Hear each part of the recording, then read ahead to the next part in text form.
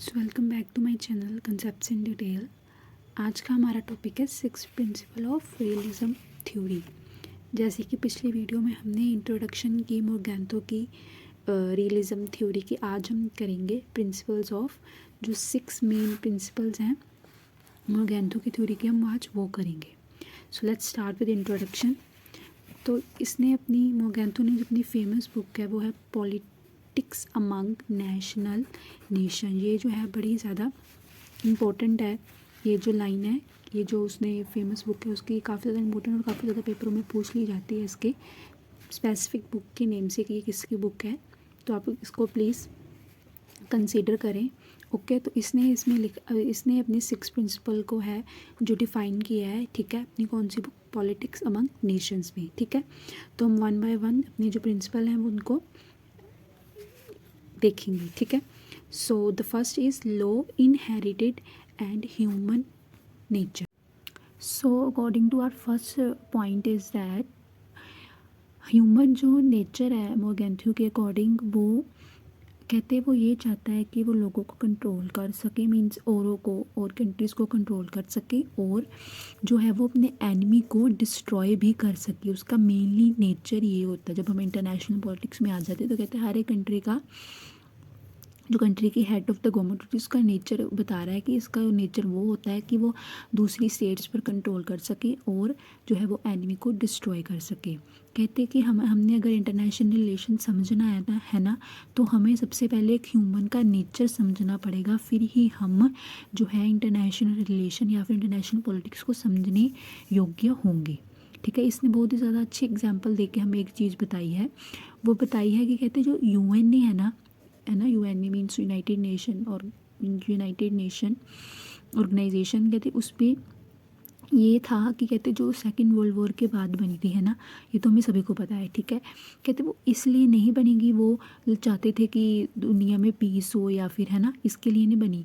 कहते according to him, according to Morgenthau, मैंने सब एब्रीवेशंस यूज़ की हैं। अच्छा, अगर आप किसी के भी आपको समझ ना लगे तो आप कमेंट करके मेरे से पूछ सकते हो उसका मीनिंग, ठीक है।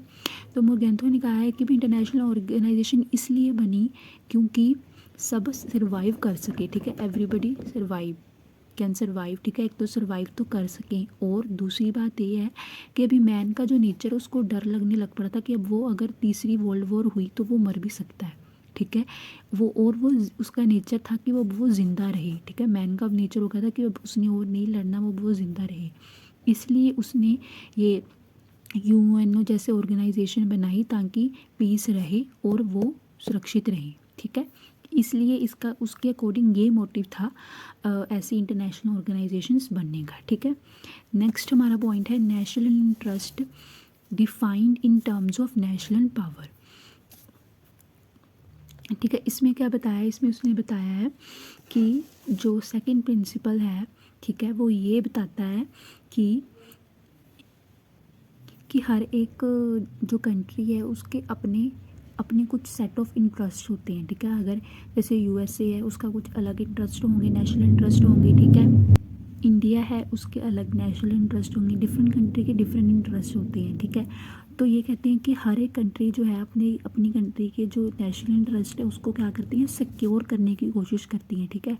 और वो सिक्योर करने के लिए हर एक मीन ऑफ पावर का यूज़ करती है, ठीक है। बगैर पावर के किसी के भी नेशनल इंटरेस्ट जो है वो सेव नहीं हो सकती, ठीक है। और बिकॉज ऑफ दिस, ठीक है, जो वीक नेशंस हैं वो बेचारे पीछे रह जाते हैं, ठीक है। वो अपने नेशनल इंटरेस्ट नहीं प्रोटेक्ट कर पाते, क्योंकि जो उनके पास होती है वो पावर इतनी अवेलेबल नहीं होती है जो आजकल सारी नेशंस के पास अवेलेबल होती है as compare to weak nation. इसके कारण वो पीछे रह जाते हैं। कहते हैं आपको हिस्ट्री में भी ऐसे काफ़ी सारे इवेंट्स देखने को मिल जाएंगे, ठीक है। तो कहते हैं जो मैनी स्कॉलर्स ऑफ रियलिज्म के स्कॉलर्स हैं ना, कहते हैं वो मेनली पावर को है जो वो सेंटर मानते हैं फॉर द इंटरनेशनल पॉलिटिक्स, ठीक है। अब जो हमारा थर्ड पॉइंट है वो मैं आपको बुक से करवाती हूँ क्योंकि बुक में काफ़ी अच्छी जो है हमें एग्जाम्पल दी हुई है, ठीक है।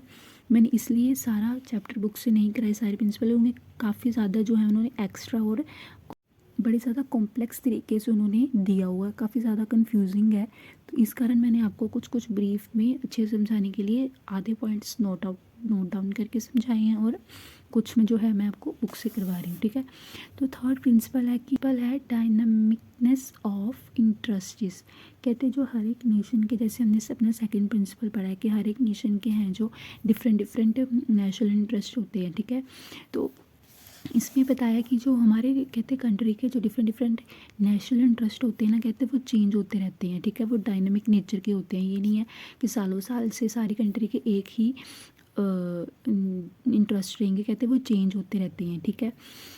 अब इसमें हम देखेंगे, कहते हैं कि विद टाइम चेंज होते रहते हैं, ठीक है। कोई सिचुएशन ऐसे आ जाती है कि वो चेंज हो जाते हैं, ठीक है। कोई एक्शंस ऐसे हो जाते हैं नेशंस में जिसके कारण वो चेंज हो जाते हैं, ठीक है। कहते उन्होंने एग्जांपल दिया, कहते जैसे कि 1962 में है जो चाइना और हमें पता है चाइना और इंडिया की वॉर हुई थी, है ना, इंडो चाइना वॉर हुई थी, ठीक है। उसमें क्या होता है, इंडिया को काफ़ी ज़्यादा ह्यूमिलेटिंग डिफीट मिली थी और काफ़ी सारा जो हमारा जैसे सियाचिन ग्लेशियर के कारण काफ़ी ज़्यादा अभी भी हमारे जो है वो वॉर कुछ ना कुछ बैटल्स वगैरह या हल्की नोक-झोंक चलती रहती है वहाँ पे, है ना। तो कहते हैं काफ़ी ज़्यादा डिफीट हमने देखी थी, है ना, जिसके कारण क्या हुआ, रिड्यूस इंडिया इन्फ्लुएंस और power to great intense international politics. तो कहते हैं इसके बाद इसके कारण क्या हुआ, जो इंटरनेशनल पॉलिटिक्स में, ठीक है, इंटरनेशनल लेवल में है जो काफ़ी ज़्यादा पावर का इन्फ्लुएंस है वो इंडिया का कम हो गया कि ये तो हार गई है ना, मतलब ऐसे सारी नज़रों में ऐसा हुआ कि जो इंडिया है वो कमज़ोर है, ठीक है, कमज़ोर नेशन है, वो हार गया, ठीक है। बट कहते हैं जब उसके बाद 1965 और 71 में हमारी इंडो पाकिस्तान वॉर, इंडो पाक वॉर हुई, उसमें हमने क्या किया, पाकिस्तान को हरा दिया, ठीक है। तो हमने क्या किया, अपनी अच्छी टेक्नोलॉजी से उसको हरा दिया, ठीक है। इससे क्या हुआ, जो इंटरनेशनल पॉलिटिक्स में हमने जो अपनी इन्फ्लुएंस लूज़ कर दिया था वो हमने दोबारा गेन कर लिया, अब हमारी जो लेवल है वो इंक्रीज़ हो गया, ठीक है।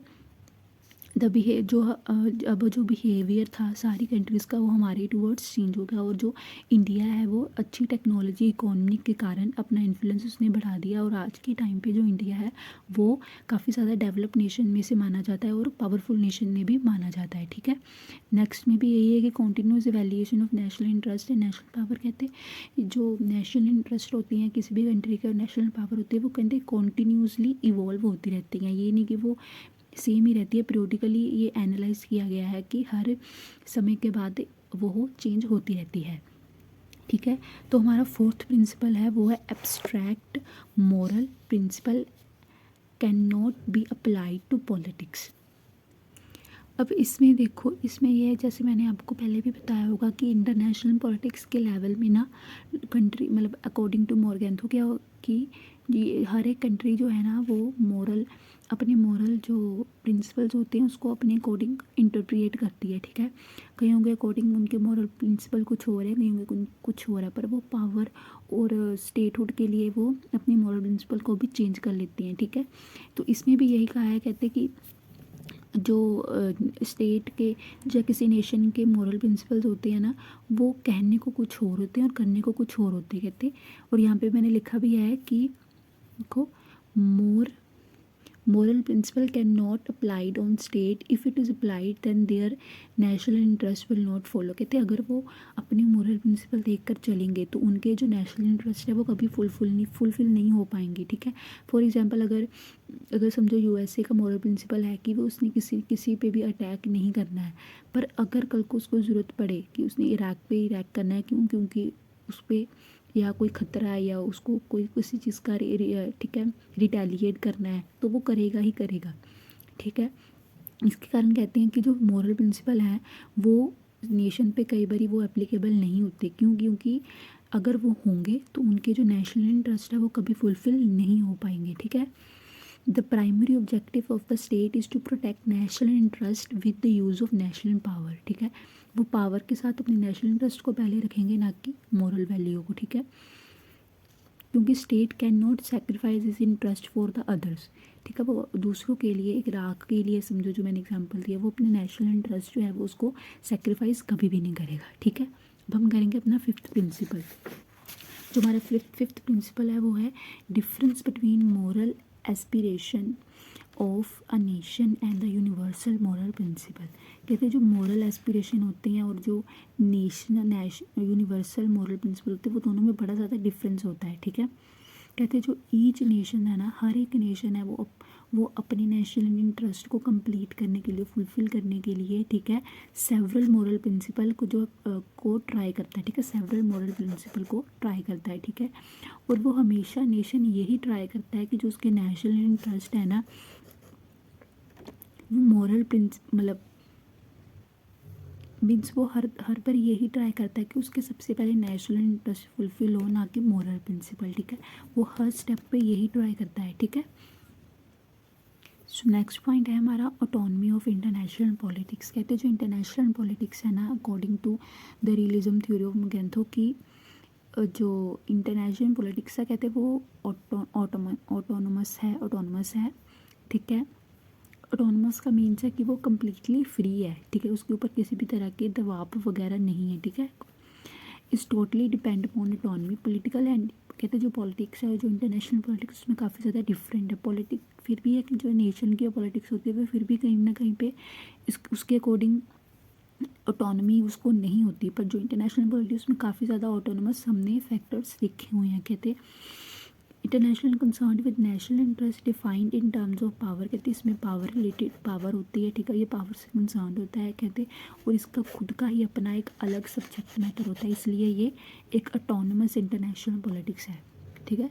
तो ये हमारे 6 प्रिंसिपल थे। आई होप ये आपको अच्छी तरह से समझ लगे होंगे, और अगर आपको कहीं पे भी डाउट है या आपको कोई पॉइंट नहीं समझ आया तो आप इजीली और एकदम आराम से कमेंट में लिख सकते हो कि हमें ये वाला पॉइंट नहीं समझ आया, आप हमें दोबारा एक्सप्लेन कर दो, then I will try my best to explain you.